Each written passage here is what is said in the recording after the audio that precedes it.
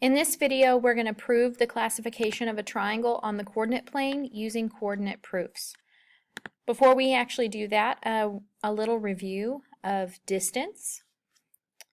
So find the distance between 1, 3, and 5, 12. We do that with the distance formula. So setting up the distance formula, I have the square root of 12 minus 3 squared plus 5 minus 1 squared. Working the parentheses, I would have 12 minus 3, which would give me 9, and 5 minus 1, which would give me 4. Exponents would give me 81 plus 16.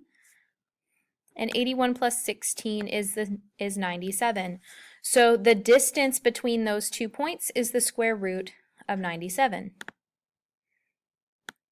All right, I want you guys to pause, and I want you guys to find the distance between -3, 8 and 5, -2.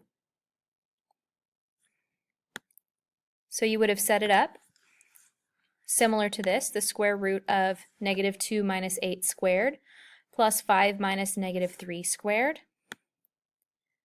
-2 minus 8 is -10. 5 minus a -3 is +8. Exponents give you 100 plus 64. And we have the square root of 164.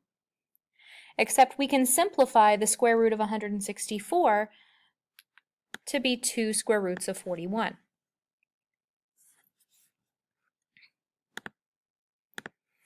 Here we want to prove that segment XY is perpendicular to YZ. In order to prove that, we need to find the slopes of those segments. So I've indicated those segments using those dotted lines.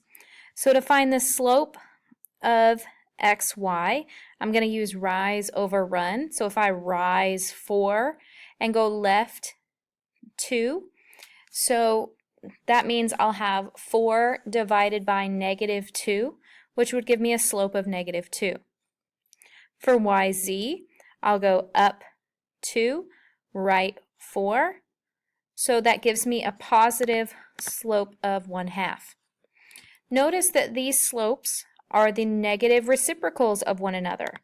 And because these slopes are negative reciprocals, we can conclude that segment XY is perpendicular to YZ. Now, being perpendicular actually shows us that there's a right angle at that intersection. And that's going to be really useful as we look at triangle examples later on. Coordinate proofs use figures in the coordinate plane and algebra to prove geometric concepts. The first step in the coordinate proof is always placing the figure on the plane itself. So we have an example of placing something on the plane. Position and label a right triangle MNP on the coordinate plane so that leg MN is A units long and leg NP is B units long. So we want a right triangle, so we know the two legs have to be perpendicular to one another. We also want a leg MN to be A units long and leg NP to be B units long. It'll be easiest to look at points on the axes as our distances, because along our axes, those distances are easier to determine from 0 to a number. So we want to place the right angle of the triangle, which would be angle N in this case, because the two legs will intersect at point N. At the origin, so point N will be at 0, 0, and it will allow the two legs to be along the X and Y axes. And we of course know that the X and Y axis are perpendicular to one another. So we see the origin is point N, and PN and MN are along the axes. We positioned the triangle in the first quadrant. That doesn't have to be true. We could have placed it in the second quadrant over here. It would still have been B units this way and A units up. Or down here, B units to the left and A units downward. It doesn't have to be in the first quadrant. Since M is on the y-axis, the x-coordinate is 0. any point on the y-axis will have an x-coordinate of 0. Its y-coordinate is a because we went a units along the y-axis. Since P is on the x-axis, point P is here, the y value of that point is 0. Anywhere on the x-axis, y's will be 0. And the x-coordinate of point P is B because we went B units from the origin. Now, it is important to note that this is not the only way to plot this triangle with those properties.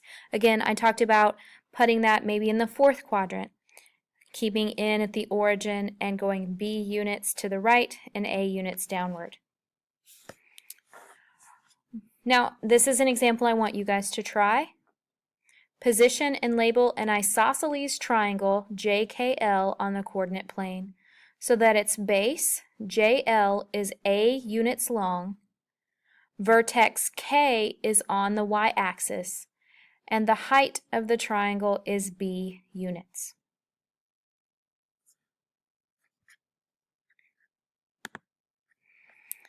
Now we're actually going to use a coordinate proof. We have triangle NEAQ has coordinates N at 2, 3, A at 6, 0, and Q at 12, 8. Using coordinate geometry, show that triangle NAQ is a right triangle, and state our reasons.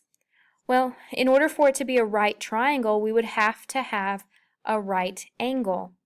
So we have to prove that 2 of these segments are perpendicular to one another. In order to do that, we need to find the slopes of the 3 sides. So I would find the slope of NQ by counting the rise and the run. So the slope of NQ would be 5 over 10, which would be 1/2.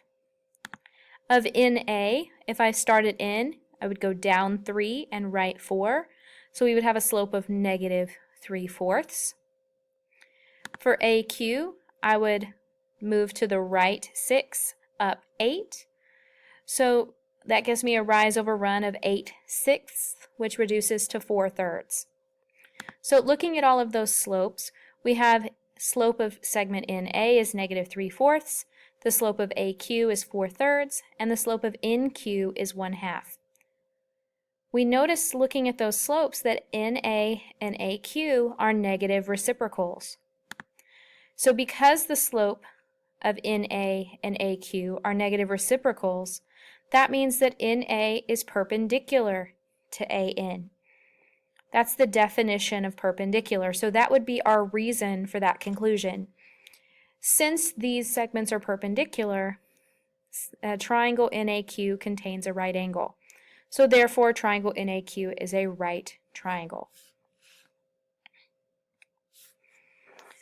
The vertices of triangle WIN are at W2, 1, I, 4, 7, and N at 8, 3.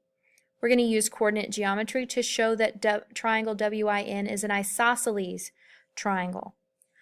Well, an isosceles triangle has at least 2 sides that are congruent. In order to prove congruence, we would have to show that they have the same measure. In order to do that, we're going to have to find the distances of each side. Go ahead and pause here and find the distances for each side. Now that you've found the distances, notice you could have used distance formula, or you could have made a right triangle to use Pythagorean theorem with. You could have had 2 squared plus 6 squared, which would have given you 4 plus 36. 4 plus 36 is 40, so the square root of 40 is 2 square roots of 10. Notice when I make the right triangle for WI, I'm using 6 and 2 again. I'm using those same values. So as I look at those distances, I see the length of WI is 2 square roots of 10, IN is 4 square roots of 2 units, and WN has a length of 2 square roots of 10 units. Because the measures of WI and WN are equal, we know that those segments are congruent by the definition of congruence. Since two sides of the triangle are congruent, we can conclude that that triangle is isosceles.